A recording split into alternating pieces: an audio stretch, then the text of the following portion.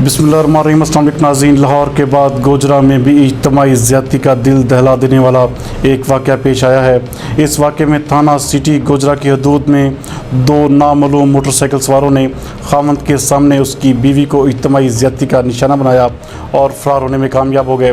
Police ने इस हवाले से FIR का इंदराज करके मुजरमान का सुराग लगाने के लिए टीमें तश्कील दे दी हैं। मज़ीद इस हवाले से ब्रीफ कर रहे हैं district police officer Toba Tek Singh, Rana Umar Farooq.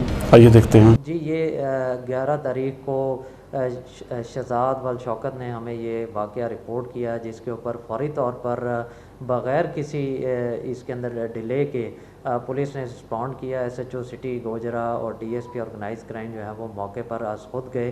साथ साथ हमारी जो फोरेंसिक साइंस लैब है PFS से वो भी गई, क्राइम सीन लेबॉर्ट्री भी गई। उन्होंने वकूए का विज़िट किया, वहाँ से तमाम तर शवाहिद जो हैं एज़ पर SOP कलेक्ट किए गए हैं। इसके साथ साथ जो आपको पता है कि तफ्तीश का एक बहुत अहम जुज़ इस तरह के देहाती इलाकों में खोजी के ज़रिए भी जो है तफ्तीश अमल में लाई जाती है, उसको भी जो हमारा खोजी है उसको इस्तेमाल किया गया। इसके साथ साथ जियो फेंसिंग भी वकूआ की गई।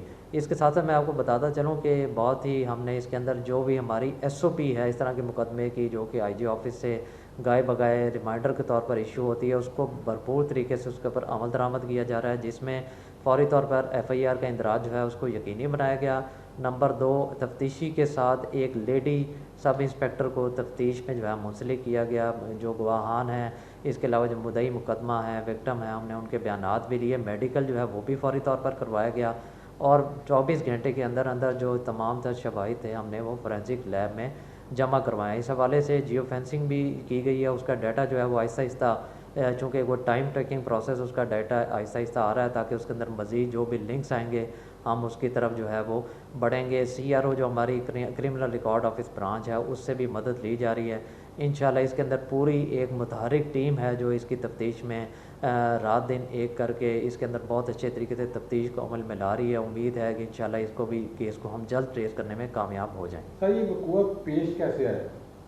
ये शहजाद जो है ये फैसलाबाद से वापस आ रहा था, अपने कुछ रिश्तेदारों से मिलकर जब ये वापस आ रहा था तो 299 चक के करीब इसको ये दो मोटरसाइकिल वालों ने रोका और उसकी बीवी को वो वहाँ पर किडनैप करके कुछ दूर ही जहाँ पर कमाद के खेत है वहाँ पे ले गए और वहाँ पर उन्होंने ये वकूआ किया, जिसमें उसने रिपोर्ट किया कि उन्होंने उसका गैंग रेप किया।